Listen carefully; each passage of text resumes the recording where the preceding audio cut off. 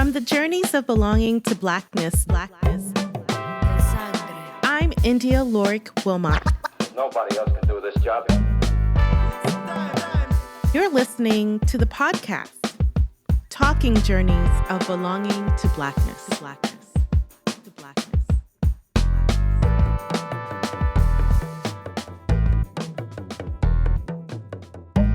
It's season 3, and I am excited to have today's guest join us. In this episode, I am in conversation with Janell Hobson, professor and chair of the Department of Women's, Gender, and Sexuality Studies, as well as the director of both undergraduate studies and the honors program, all at the University at Albany. As a Black feminist scholar, Janell's publications focus on representations and histories of women in the African diaspora. She has written books and edited collections, including the book Venus in the Dark: Blackness and Beauty in Popular Culture, Body as Evidence, Mediating Race, Globalizing Gender, Are All the Women Still White? Rethinking Race, Expanding Feminism, The Routledge Companion to Black Women's Cultural Histories, and special volumes on Harriet Tubman and slavery in popular culture. Janell is also a contributing writer to Miss Magazine, and you can find her articles published across various online platforms. Later this month,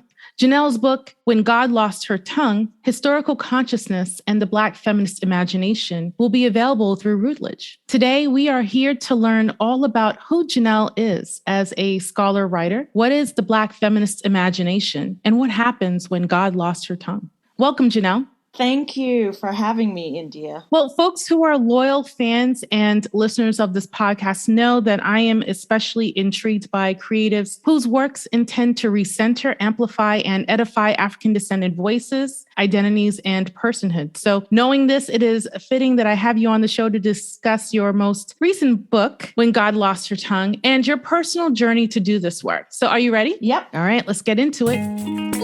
Right about now. Act 1, Call to Adventure. This is the breakdown.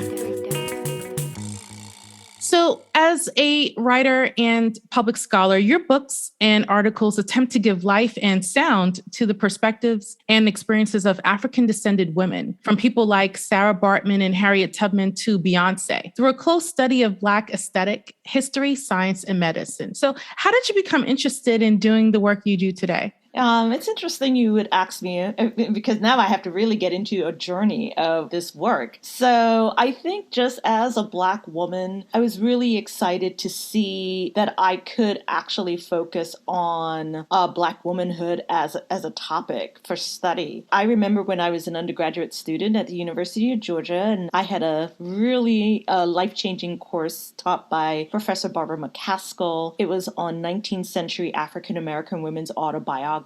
And that just opened up a whole world for me. In what ways were you taking classes similar to this one? At that point, I was an English major. I did graduate as an English major. And at the time, I started out as a journalism major, but then switched because I really loved literature so much. And up until taking that class, it was the usual canon, Shakespeare and British Romantic poets and, American writers like Emily Dickinson. I mean, those were like the focus of the work. So one semester, I was looking for another 19th century course to take because it was part of my major requirements. And this was a class that was open. And I said, 19th century African-American women's autobiographies? I didn't even know that Black women were writing in the 19th century. So it piqued my interest. Just the quote, that famous quote from Django Unchained, you had my curiosity. But once I really got into it, it really got my attention. Now, in this course, what were some of the things that you were reading in comparison to those other classes? We were studying like Harriet Jacobs' Incidents in the Life of a Slave Girl.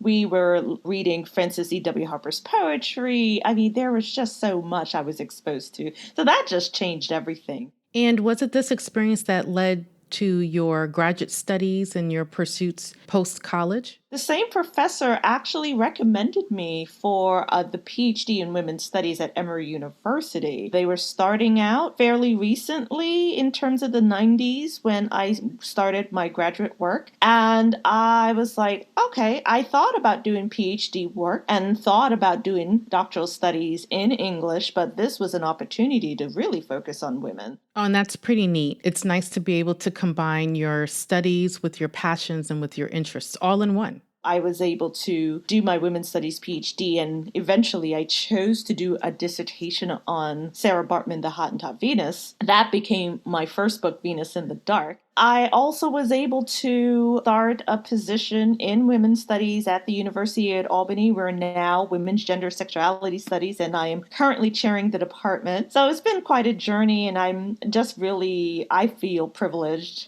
and blessed to be able to focus much of my research and teaching on issues of Black women in the diaspora. So it's quite telling, too, in terms of just the importance of education and the things that our professors and teachers expose to us, because as you even indicated for yourself, those experiences are life-changing, and it opens up a whole new world and perspective where it even changed your own personal and professional trajectory. You know, in addition to having that hallmark course that changed everything for you, was there something, if you were to think back to your childhood, a person or a situation that motivated you to amplify these types of stories? I'm definitely influenced by my mother, who is an avid reader. She's a nurse. She's actually a retired nurse, I should say. And she herself has also written a few books of her own. She's working on a new book on her experience as a nurse. But, you know, in my childhood, she was buying me all of the abridged children's literature books and childcraft, and bought me Judy Blume. So she nurtured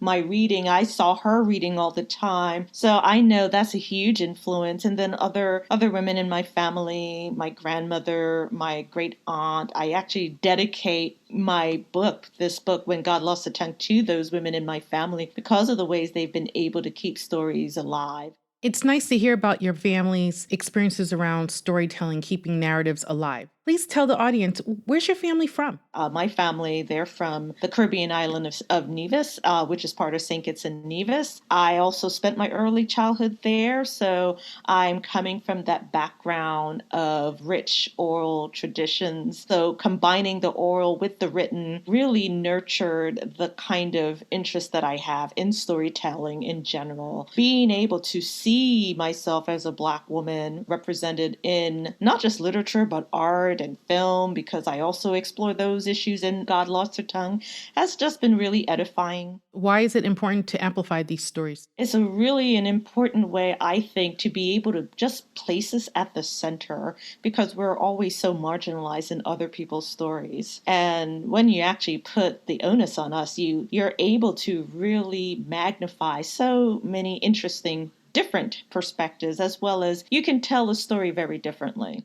And I think what's interesting, particularly since you also have a literature background as well, that I think sometimes we have a sweet spot or a niche where we like to sometimes stay wherever those boundaries are within our professional spaces. And I think what's lovely about your work, about your books, as well as the articles that you publish, is that you also make or you create these bridges between the past. So you're going back to the 18th century or even further back and looking at Black aesthetics and linking it to present day. And I think that's really helpful and important, particularly when you're in the classroom with students and you're working with community folks. Sometimes people don't have the same kind of access to understanding how far back some of these issues may show up and prevail. And that leads to the marginalization of the voices that you're talking about. And then bringing it forward to say, well, yeah, you saw that, recent VMA award. Well, when Chloe and Halle did this performance and Beyonce did this, they're hearkening back to this other thing and people are sort of mind blown. I see it as a continuum because that's really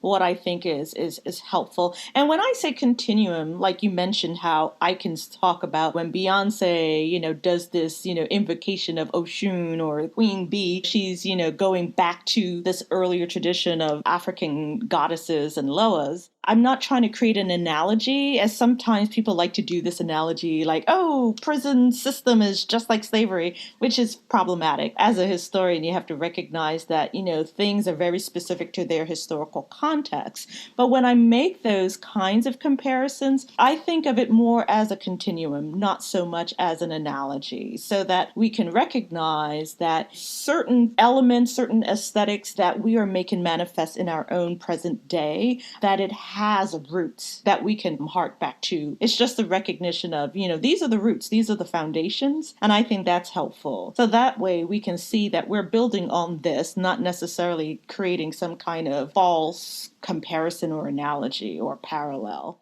In your book, When God Lost Her Tongue, you do a really great job drawing the reader's attention to the ways African descendants across the diaspora may opt to combine both colonial teachings with those passed down through the ancestors. In different chapters, you talk about perhaps even the motivations of doing that. Maybe sometimes the motivations are based on survival or economic opportunity, or even that these motivations are actually intentional subversions, or perhaps seen as a mode of remembrance of ancestors. So by your own account, you discuss this tension existing even within your own family around their spiritual and religious beliefs. So how do you personally contend with this duality or maybe this tension? Well, I think that's just the story of Black people. I guess you can go back to W.B. Du Bois, who calls it double consciousness, or even Vivek Clark talks about Marasa consciousness when she draws on Haitian voodoo ideology. This idea that we're always holding, some kind of colonial worldview and syncretizing it with an African worldview, I think that's the story of Black people wherever you find us. And that was definitely part of what I was working through when I was writing this book. So then would you say the title of your book, When God Lost Her Tongue, is a type of metaphor? When God Lost Her Tongue is a metaphor for how, as Black women, we've been silenced, but somehow we find a way to speak through that silence, even without our tongues. And I'm also joined specifically from the story told about the Wakama ceremony that Haitians say, this is what led to the Haitian uprising, eventually leading to their independence as the first free Black republic in the world. So wait, before you go on, can you give our audience a little bit more context, some history? The story behind that has been told so many times, both from a white settler perspective and local Haitian perspective. But there is a voodoo loa, Urzuli Danto, who is associated with that whole ceremony. And it is her spirit that rises and causes the enslaved who gathered for that ceremony to rise up against their enslavers and actually make a claim for their freedom through bloodshed. And so that same goddess loses her tongue. Her tongue is cut out later on during the revolution. It's like we can start stuff, but then it's like, okay, now you got to go back. You woman, now you need to be quiet. And in ceremonial spaces, Urzuli Danto is present because someone who is possessed by her will start mumbling and speaking in ways that doesn't make any sense. That mumbling is supposed to be representative of her not having her tongue, but still making noise, so she's there. And that's, I think, is just what Black women's history is about. It's about making noise. I think that really represents the kind of combining of both the colonial, the patriarchal presence that has tried to silence you, and then the oppositional consciousness that always pushes back against that. And you talk about this in the beginning of your book, the ways in which the colonial teachings have informed African way of thinking and veneration. When you talk about it with your own family, where you have folks who are just like, oh, we believe in ghosts, we don't believe in ghosts, or here are what spirits mean. Yes. And I also think about the fact that you also talk about yourself being a daughter, being a niece, being a friend, and embodying all these different kinds of positions. How do you then contend with, okay, this is what I learned within my family context and I've witnessed. Mm-hmm. This is how I choose to make noise, because you talk about making noise yourself, right? But then how do you manifest and celebrate the divine within the midst of all of this? Well, I wrote about that in the introduction of the book about the different interpretations of ghosts and hauntings. And in an Afro-Caribbean perspective, at least from my island, in Nevis, the idea of jumbies, that are these spirits that manifest themselves. There are certain Christians in the family who don't believe in that. Or if they do believe those ghosts appear, they believe it's from the devil. So there is that demonization. I'm talking about Haitian voodoo.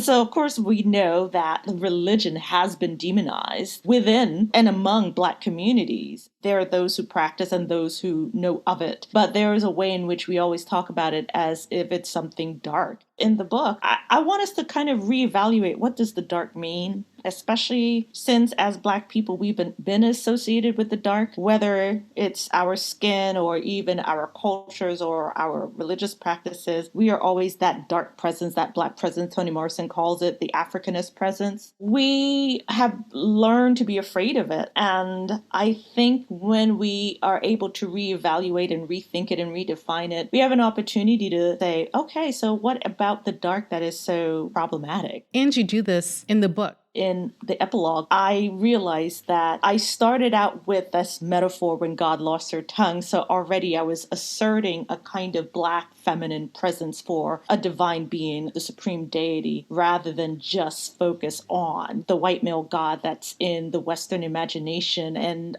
obviously I'm not the first Black feminist to refute this. We know Alice Walker challenged that in The Color Purple. Ntozake Shange said, the God is you, is me. I found God in myself. So there have been feminist challenges to what the divine is. And so I'm building on that legacy as well. And when I realized that I was also interrogating the genesis of that kind of divinity, I realized that, if I'm going to come to a close with this book, I'm going to try to come through with a kind of apocalyptic end of the world scenario. So I tried to redefine Revelation, and I cite from Revelation 12, which is a manifestation of the goddess. And for the overall thesis of your book, why was it important to look to this particular passage in Revelations? While Christians tend to interpret the woman standing on the moon, clothed in the sun, as the Virgin Mary, I wanted to open that up and say, well, who says it's Mary? Why isn't it Oshun? Who was exiled on the moon when folks didn't want to hear her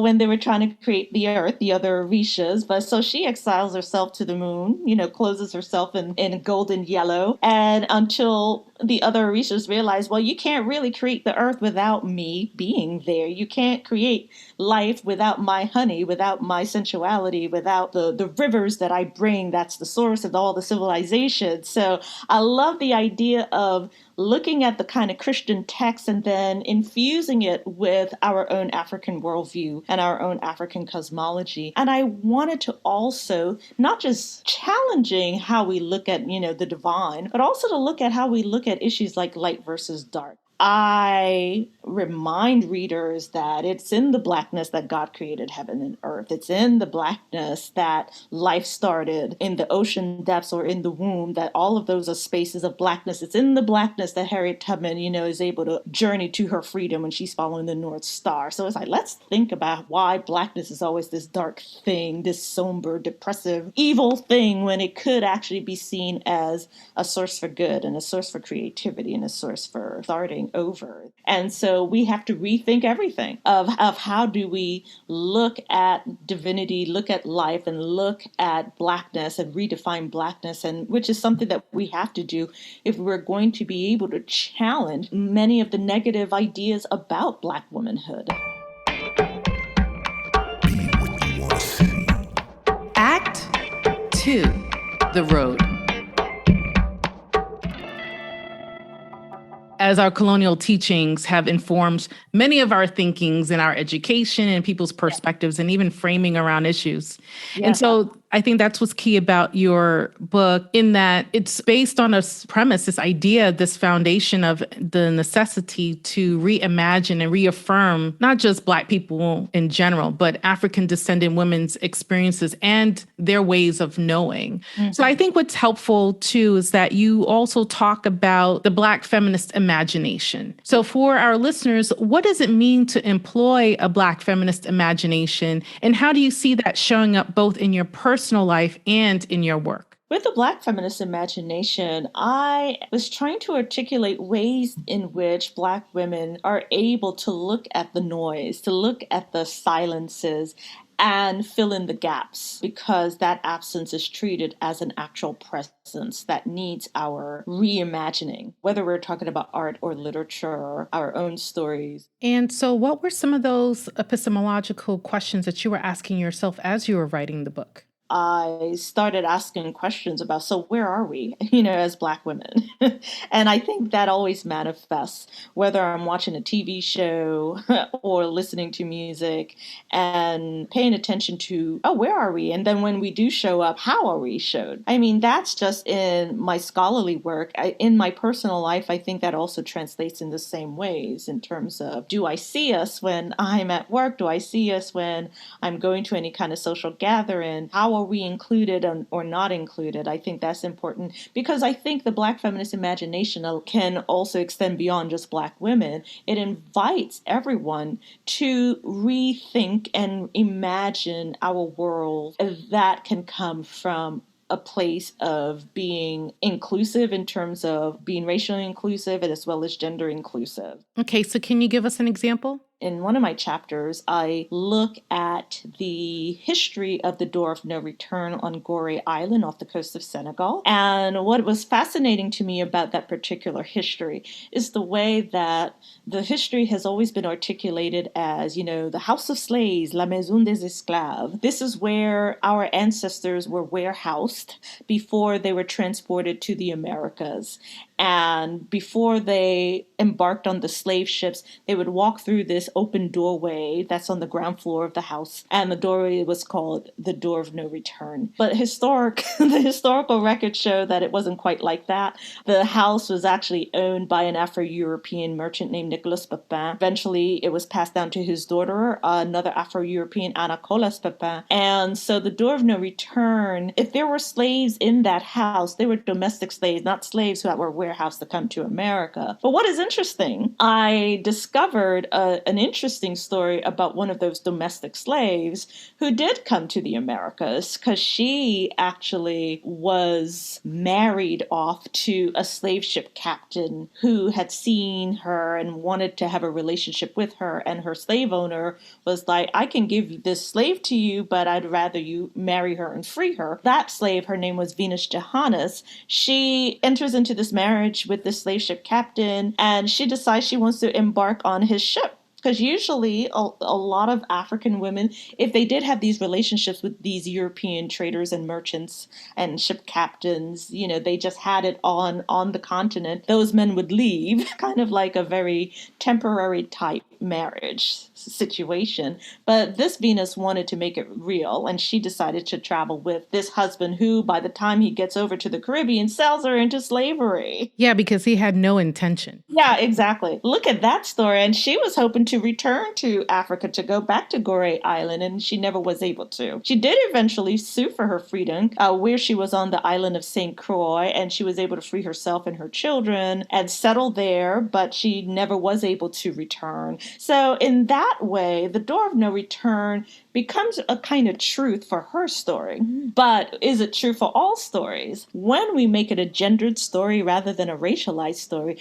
then we get all of these complexities of seigneurs and Afro-European women who were having these liaisons with European traders and how they benefited from the slave trade in ways that are just messy, I think, for our history. We like to have a nice, straightforward story about Europeans came to Africa and kidnapped Africans and brought us over to the Americas, and it's like, it's not so straightforward. And the choices that people made, and sometimes you didn't have choices. So yeah, there's a great deal of victimization within that history. But then I think there are also these moments of agency. So for you, in order to bring Black women's stories to the center, that means engaging and grappling with the messiness, even if the messiness has to do with the trauma. And I think that is important because I remember just this year when I was writing about the Amazon Prime series about them, that horror story based on this Black family moving into this white neighborhood, and it's told as a horror story, segregation as a horror story. But what was interesting is the reception among the Black audience, who were very very resistant to seeing that story, condemning it as trauma porn. And I wondered about,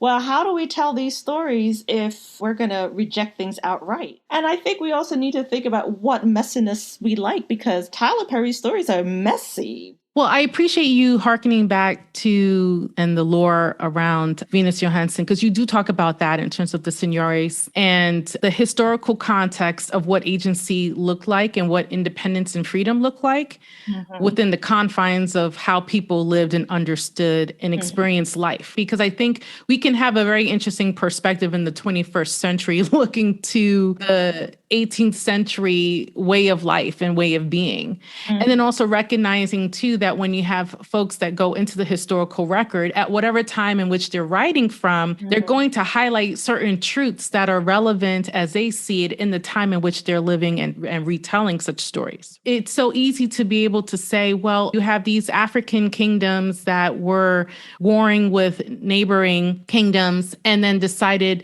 we're going to continue to sell these Africans to these Europeans. And then people are like, oh no, that's too messy because it doesn't fit the narrative that we're trying to promote around white supremacy. But then you have these women who are Afro-European descendant who are in effect trying to challenge, but in many ways they are reifying the same systems that continue to oppress their people and others as well, as part of your Black feminist imagination, and saying like, look, we need to be able to look at things more holistically and endeavor to continue to uncover. Oh, absolutely. Yeah. And also to complicate, when white supremacy began, because that also has a history. It didn't always exist. We tend to talk about white supremacy as if white people were always supreme.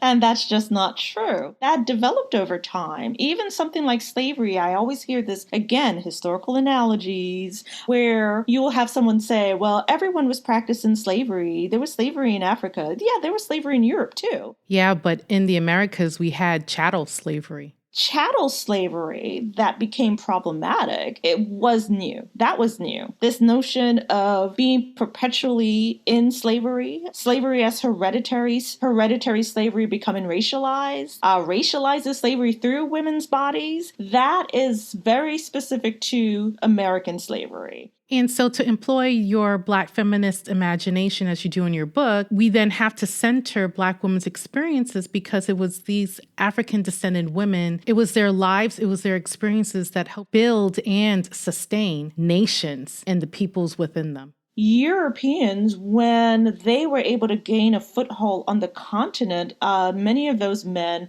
basically had to rely on women, on African women, to keep them alive because they were always getting sick from tropical diseases. And it was their particular liaisons with local African women that enabled them to survive, much less survive and thrive and then take over and then be able to dominate and colonize a continent. And then, of course, once they colonize the continent, then they can call the African continent savage, even though it was the very civilization of African women keeping them alive. And not to go too far off track, but that's the complication you are in effect talking about and highlighting throughout your book around these messy relationships and the complications of how is it that we see white supremacy. White supremacy really takes off in the 19th century. Once we move away from the slave trade and we move away from abolitionism, and then we get into Western imperialism, that's when white supremacy really takes off. Obviously, these are the building blocks that have built up to that moment. And that moment only occurs because of the way the colonial encounters enabled whiteness to flourish. And I think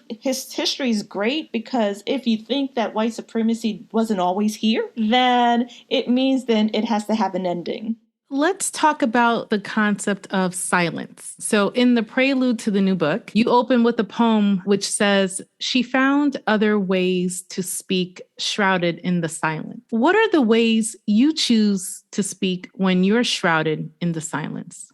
There's always singing. There's always just putting things out there. There's singing, there's dancing, there's mumbling, whistling, whatever. I think it's like, what are the alternative ways if people are not hearing what I have to say? And then, of course, there's always writing, because in that same poem, I talk about being able to transcribe the eternal. And that, to me, is what writing is about. Please give us an example. someone like Toni Morrison has been very instrumental in helping me think about that, especially her Playing in the Dark. Also, her Beloved. I opened the book with an epigraph from Beloved. In the beginning, there were no words. In the beginning was only sound, and they all knew what that sound sounded like. I think it's such a powerful line from that novel. Incidentally, Toni Morrison used to teach at SUNY Albany, and I have her old office. I'm currently in the office she used, and I believe that's the office she used when she started writing Beloved. It's not surprising to me that once I started writing on lockdown, that a Beloved line would come to me.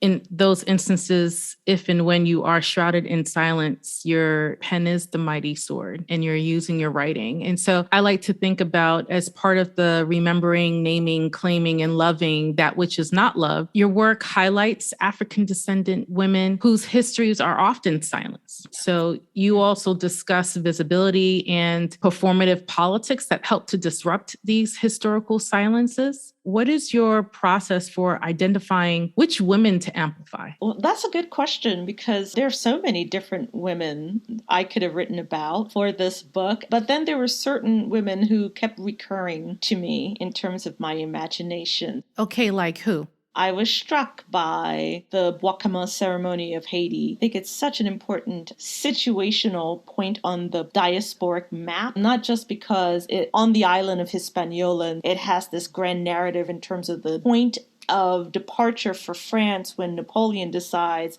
okay, I'm done with the Americas, I'm going to start colonizing Africa. And then, of course, Haiti, being like the only successful slave revolt in history, has that point for the imagination, even though we know that Haiti has had so many problems and so many upheavals. And I think we understand why, because imagine if Haiti had been able to flourish. It would have been a Wakanda.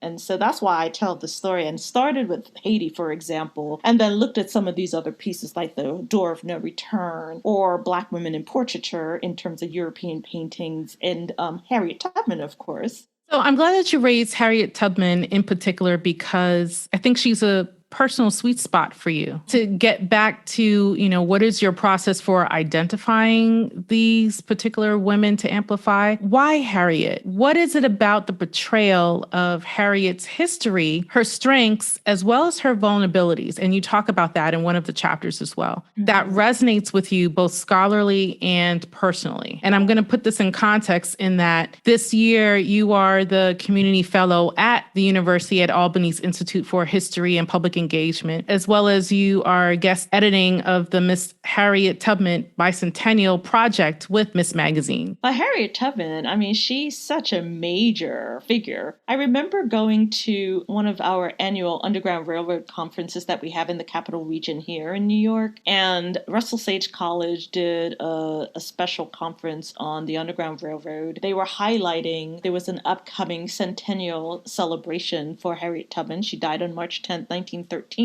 So in 2013, there was going to be a special focus on a number of different milestones. Harriet Tubman's centennial death was just one of them. So I actually thought that it would be great if my department in Women's Studies actually organized a centennial symposium on Harriet Tubman. So I started to do that work, and I realized that once you start getting into Harriet Tubman, you just really get drawn in, especially when you start having collaborative friendships with a biographer like Kate Larson and the director Karen Hill at the Harriet Tubman home in Auburn, New York. I've been visiting the Harriet Tubman home as well as her gravesite. Took my students, I brought them on a field trip seeing where she settled in freedom. So I actually included a chapter on Harriet Tubman because I thought her history was a little different from the other women that I focused on in the book, insofar as Harriet Tubman was able to get real billing in a way that the other women didn't. The others tend to be forgotten in history, whereas Harriet Tubman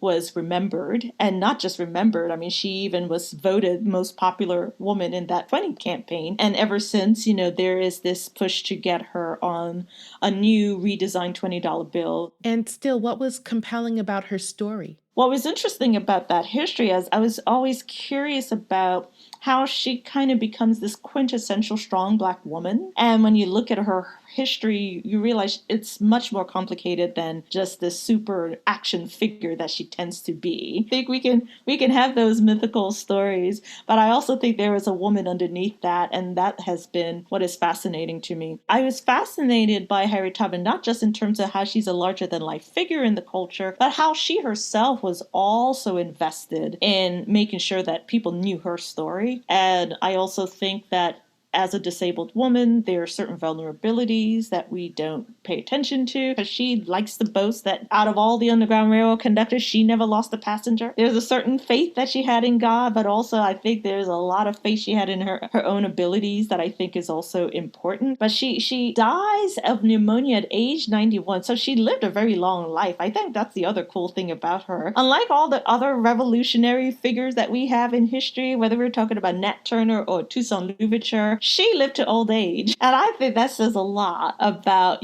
her abilities to do all of that revolutionary work and still be able to live. That's why I find her fascinating, and I'm looking forward to doing this guest editing in which I'm rounding up different scholars and Tubman enthusiasts to contribute some piece, because next year is her bicentennial.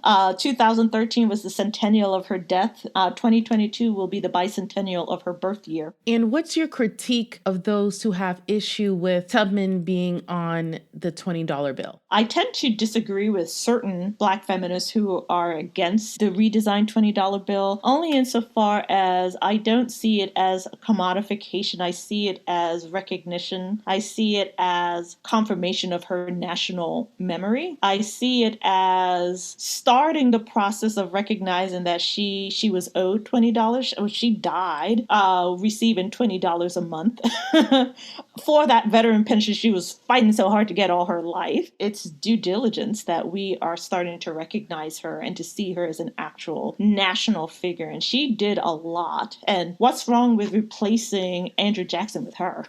Well, that's the messiness in terms of the historical context and how we can look back in the 21st century upon all the events that led up to why she was even doing what she was doing in terms of the Underground Railroad and around the Civil War and what have you. I think what's interesting about storytelling and telling stories as part of the remembering, naming, claiming, and loving, particularly of African-descended women whose histories are silenced, is that when we do have these stories, we can always sort of question what are some of the things that still remain unsaid and untold. But it's not until we have people who are doing some of the work and trying to do the uncovering, to do the unsilencing. Harriet Tubman was more than just the superhero, non-sexualized individual, right? That, and so even for me as a woman also wondering, well, was her choice not to have any biological children one that she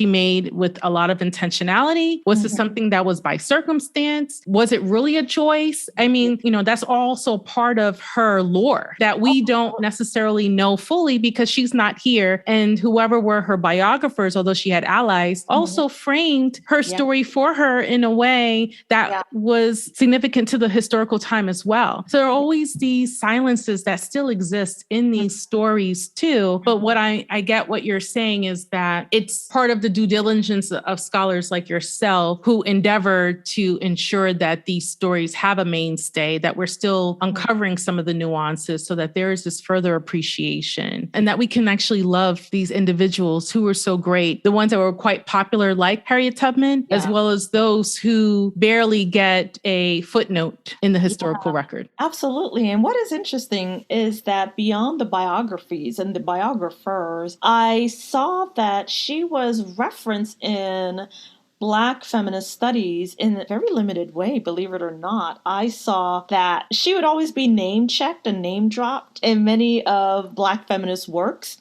But then that would be it. But then you would have different scholars who would wax poetic about Harriet Jacobs and Frances E. W. Harper, who, granted, they're not as well known as Harriet Tubman in the culture. So I appreciate scholars willing to give other women of African descent some love and some attention, and that's great. But that's what happens too. She she becomes a mythical figure as opposed to we examine her life story as an actual person. And that's what happens when you become a mythical figure and a super action hero figure. You're an idea and less of a person. So I was really fascinated in looking at how we remember her. And how do you see Harriet Tubman in this current project? So how I see Harriet Tubman fitting within my When God Lost Her Tongue narrative is I saw her as representing a different kind of silence. I saw her as being so well known that folks will just project what we want onto her, including, because there is a section in the chapter where I try to deconstruct and dismantle a moment when folks were circulating photographs of another woman that they were identifying as young Harriet Tubman. And it's like, that's not young Harriet Tubman. That's actually Sarah Forbes Mineta, who is a Nigerian woman who is a goddaughter to Queen Victoria, but whatever.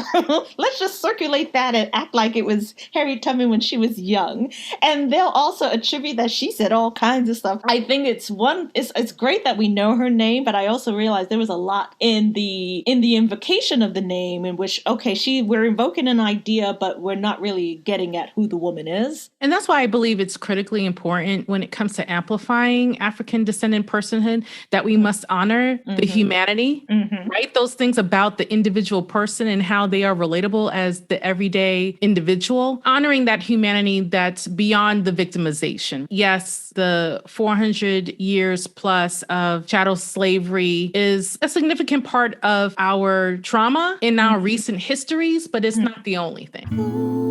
Get involved. Act 3, Where We Land.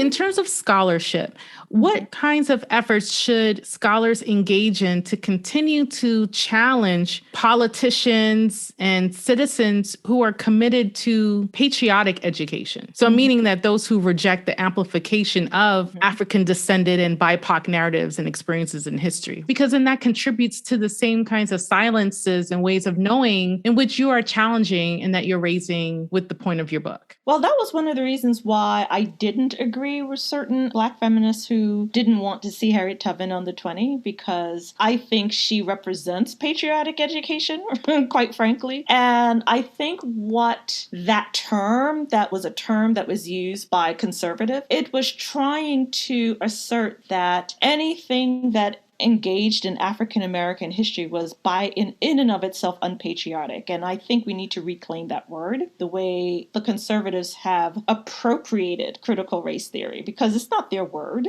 They actually stole it from the citations of Ibram Kendi in terms of how to be an anti-racist and a legal concept by Derek Bell and Kimberly Crenshaw and others. I think those who represent a progressive side ought to be able to reclaim and appropriate words like patriotic education for our own interests. And even though I know among progressives a need to not want to claim a word like patriotic because it has been so imbued with a kind of militarized imperialist worldview of American culture, I think we can divest it of that meaning, despite those who want to articulate that certain ideas that are being taught is somehow making white people feel bad about themselves, that we really need to get beyond that, because teaching the truth, historical truth, is not about making anybody feel bad about themselves. It's about discussing the truth. So, Janell, we've reached a point in the program where this is the time for you to talk about where people can find your book, if they want to learn more about your upcoming talks or future presentations. I know you talked about the bicentennial that's coming up in 2022.